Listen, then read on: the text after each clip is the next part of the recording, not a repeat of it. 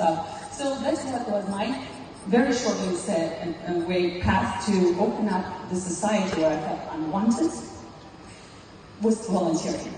As a social activist, I was encouraged by so many mentors to say, just go for it and do it. And I didn't know I had a voice. So my career was in shipping. I'm a communication professional, but I never could work in communication because I didn't speak Danish as fluent as a native speaker. So I went into container trading. What is container trading? It's a second-hand car sale kind of business. Not sexy, but it took me around the world. And it made me feel humble towards profession. Just like as volunteering, it's job you do professionally. The same with the sales, it's relationship building. I went around the world, 28 countries in my portfolio. In 3 years, we did $23 million in revenues. Serious business. So it was really opening me up, but still, I felt excluded, I felt different, I felt the other. So all these things plus loneliness.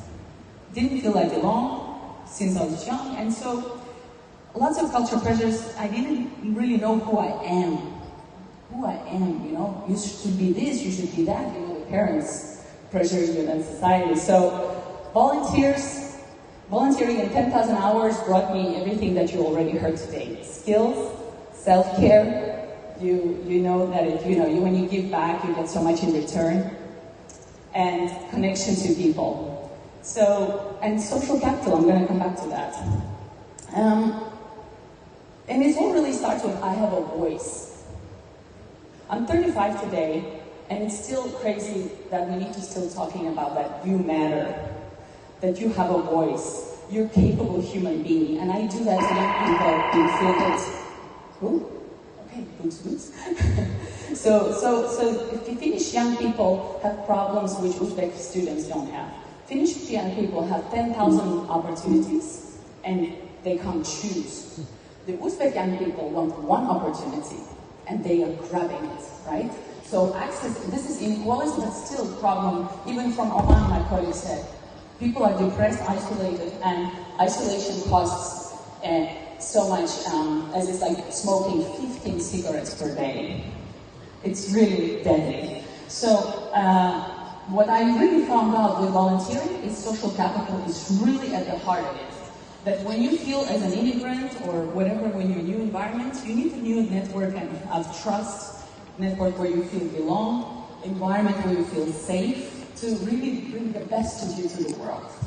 And this is what we did, learning with lots of experiments I did as volunteer with young people. We have worked with storytelling a lot. But what is social capital in Russian? In Russian they say, не имея 100 рублей, а имея 100 друзей, правильно. Because that is the most important thing today. We submit ourselves to social media. We submit ourselves to being online. We don't meet face-to-face anymore. We don't even recognize emotions. So what I really realized, we need to be friends more and more. We need to stop hatred, profiling each other ethnically, religiously, or gender, whatever you name it. So just let's be friends. Volunteering makes you build friends. You realize you have a voice, that you matter. You have a capacity to inspire and create change in your environment. So what are the experiments that you could use in your work? The experiments that really worked for me in Finland, I don't come from an NGO background. I had a big burnout in 2016 when I had my shipping job. I wasn't there. I was an autopilot for 12 years in my life. So I just went to use volunteering because I needed to find my own dignity. And that dignity project is what we did. We realized that storytelling is very powerful. We need to learn people how to speak. In America, even a truck driver will sound like an American president. They have speech classes, and we need to teach storytelling to realize you have a story. So storytelling works, and future career events. So volunteer equals professional orientation, so you know what to do in your life. But this guy, Will, he's Finnish Thai student. He was not able to find job in Finland because of his looks. There's still a lot of racism on the job market.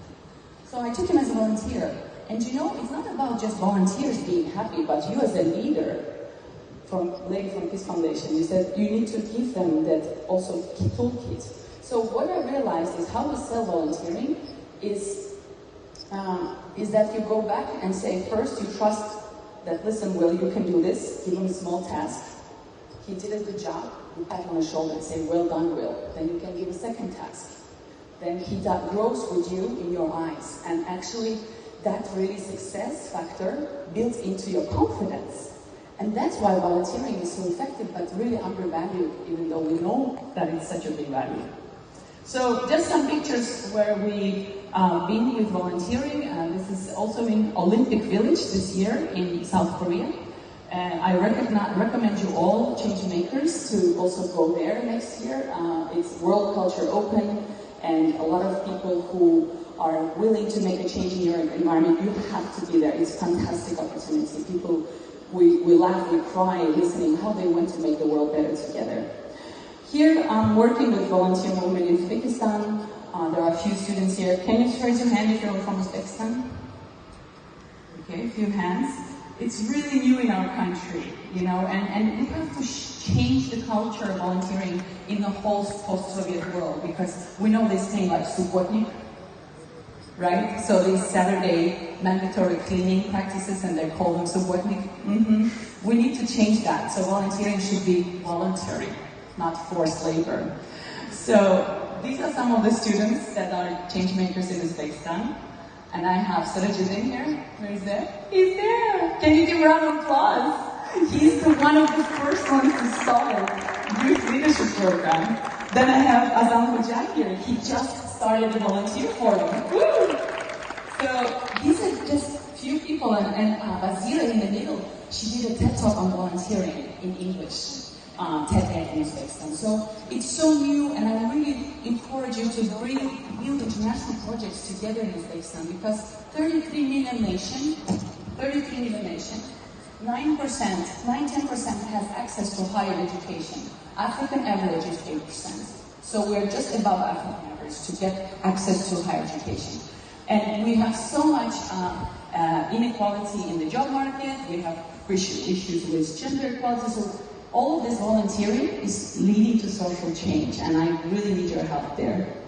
So, also what we did is a movement now in Uzbekistan as well, in Karshi. I'm from South Uzbekistan, and Bukhara is a Silk Road city, so it was important we brought the students together, and it's a new type of community building inside Uzbekistan. We are very much also territorially divided, 12 regions, so it's good so that they can build community inside. And also to recognize Thailand, right? Last year we couldn't make, the football team could not make it without the international volunteers that came for free and unconditionally. So what is happening now to improve your possibilities and scale your impact in volunteering? This is a really important slide. So United Nations volunteers and other UN organizations, they're gathering a New York technical meeting, as they call it, in March. And they want to provide evidence for every country, what's the impact of volunteering. So I think if you're taking this into consideration, you can get in touch and make sure that your voices are heard, and that we need to get so professional about this and local, so that we really bring this in to our countries and legislators. So I will also mention about self-care. You don't need to be Michelle Obama to give back. You can give back already now, and you heard that before. So it's also self-care to make sure that you feel connected by giving something without getting paid for it. So I already talked about that, and meeting Obama this year, it was crazy. So I still get mocked a lot that why do you do work for free?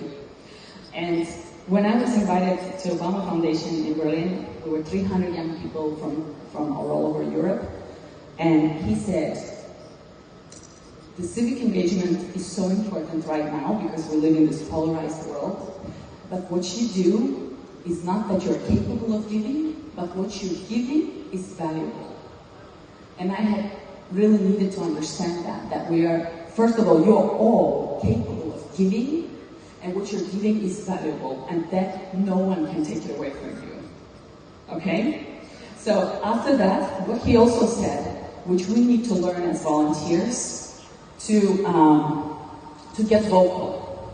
You need to share your stories, success stories, on videos, and invest in your, your videos, media production, and work with schools, companies, universities, and communities.